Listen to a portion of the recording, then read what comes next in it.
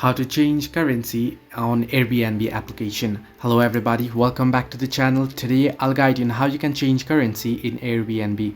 Now the process is actually quite simple and quite easy, so let me guide you through. Simply open up your Airbnb application and make sure you're logged into your account. You'll get an interface like this. Now at the bottom of your screen you can see 5 different options that says explore, wishlist, trips, inbox and profile. Simply tap on the profile option at the bottom right corner of your screen. Once you tap on profile, you can see the settings option. Under settings, what you want to do is you want to tap on the third option that says payments and payouts. Simply tap on payments and payouts. Now here it might get tricky. You can see payment methods option, you can see your payments option, you can see credit and coupons options, and under hosting you can see payout methods and donations. Now all you have to do is you want to tap on the currency that you find at the top right corner. You can see the currency, tap on it there and you'll be able to choose a currency here, and you can switch to any currency that you want and it'll be changed. So you can see I just switched to Australian dollars. So this way you can change currency in Airbnb. Hope this helped you. Do like and subscribe, and do not forget to leave a comment down below if you have any further issues.